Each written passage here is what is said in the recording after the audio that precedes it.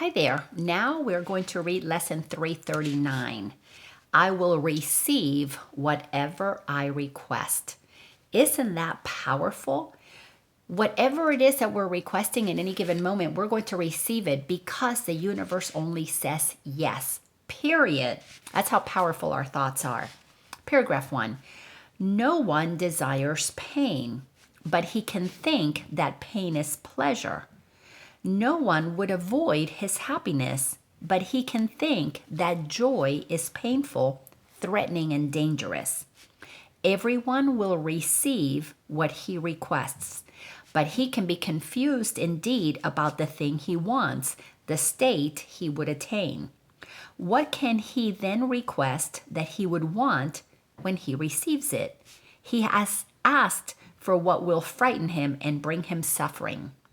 Let us resolve today to ask for what we really want, and only this, that we may spend this day in fearlessness, without confusing pain with joy or fear with love.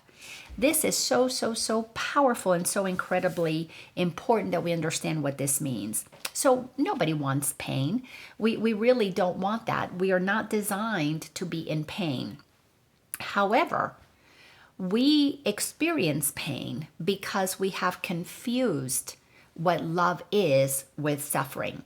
See, when we're little, if we don't feel loved by our parents, if they abuse us or they reject us, or even if they, not meaning to, have other things to do, have other children to take care of, and we feel rejected, we will begin in our mind to equate love with pain. Love hurt me.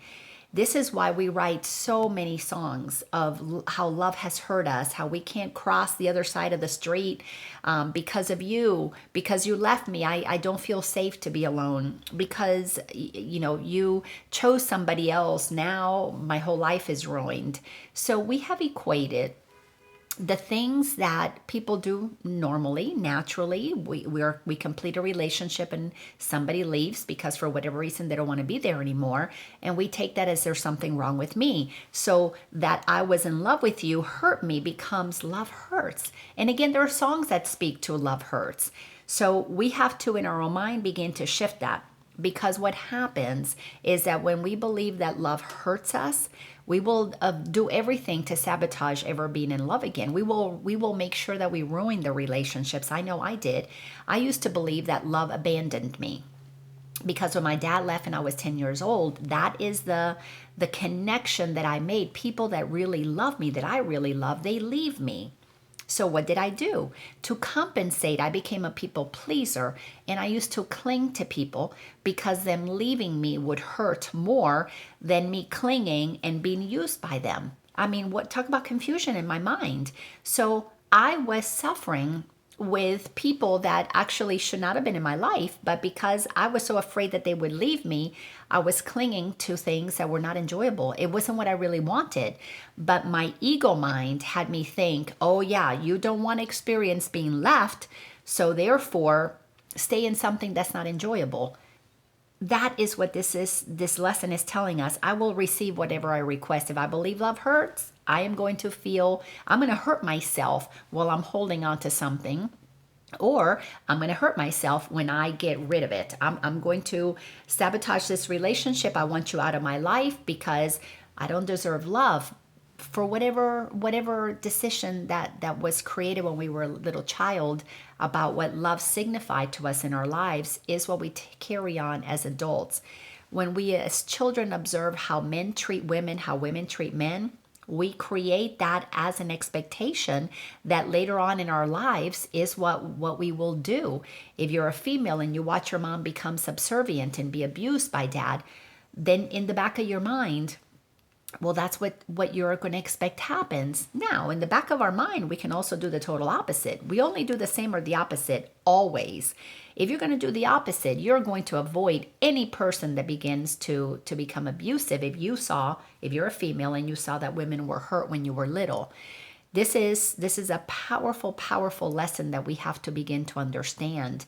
Because if we are rejecting somebody abusing us and we sabotage a relationship, We may very well be letting go of potential healing opportunity.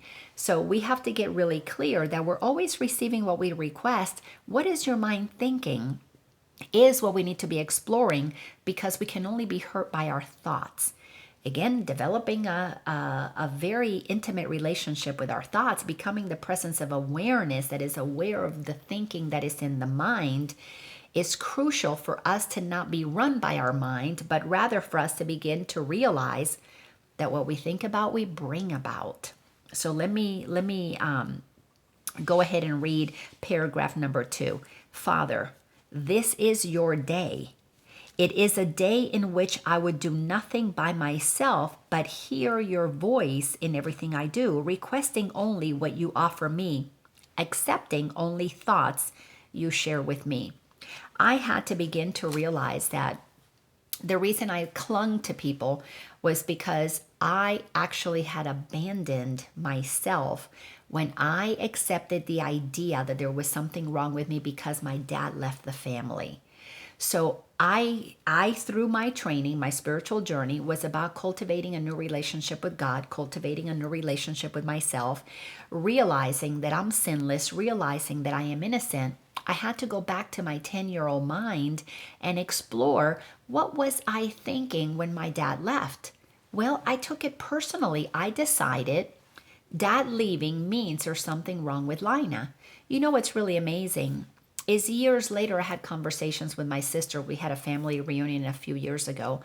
And I'm talking, about 40 some odd years after that episode when dad left our family.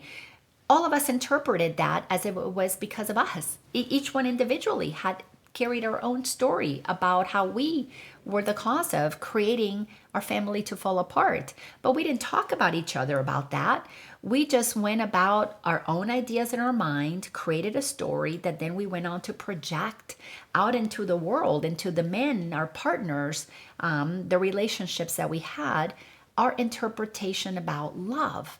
It's really, really fascinating to, as a coach, to hear what each of us believes is the truth about love and who we are according to love. So we are having to take a very, very important inventory about our thoughts, because we always receive what we request. Our thoughts create the requests that then show up in our world as experiences. And if you keep getting the same old thing that you don't want anymore, it's because you are thinking something that contradicts what your heart desires. And if you're contradicting your true heart's desire, I want a connection, but I was thinking, oh wait, they're going to leave me. So in the thought that they're going to leave me, I didn't really let myself be intimately close, because I was always waiting for them to leave. So my people pleasing was a lot of effort to keep somebody engaged with me, when at the same time I knew they were going to leave. So I was like already at a distance doing this kind of a thing, saying, come on over here, but don't get too close. Well, my intimate relationships were not really all that intimate. They were manipulative relationships to protect myself.